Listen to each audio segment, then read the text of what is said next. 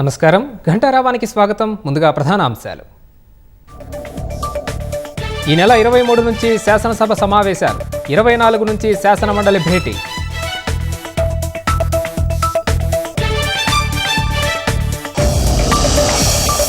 కొడంగల్ ఎత్తిపోతల పనుల పురోగతిపై సీఎం రేవంత్ రెడ్డి సమీక్ష. సాగునీటి ప్రాజెక్టులపై ప్రత్యేక దృష్టి సారించాలన్న సీఎం.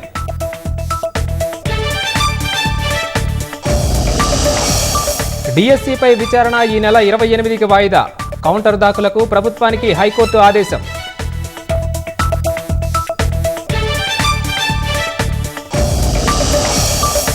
రాగల 4 రోజుల పాటు రాష్ట్రంలో అతి భారీ వర్షాలు.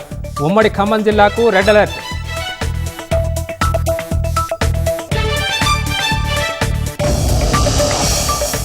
దక్షిణ కొరియా సరిహద్దు ప్రాంతాల్లో పోటెత్తిన వరదలు.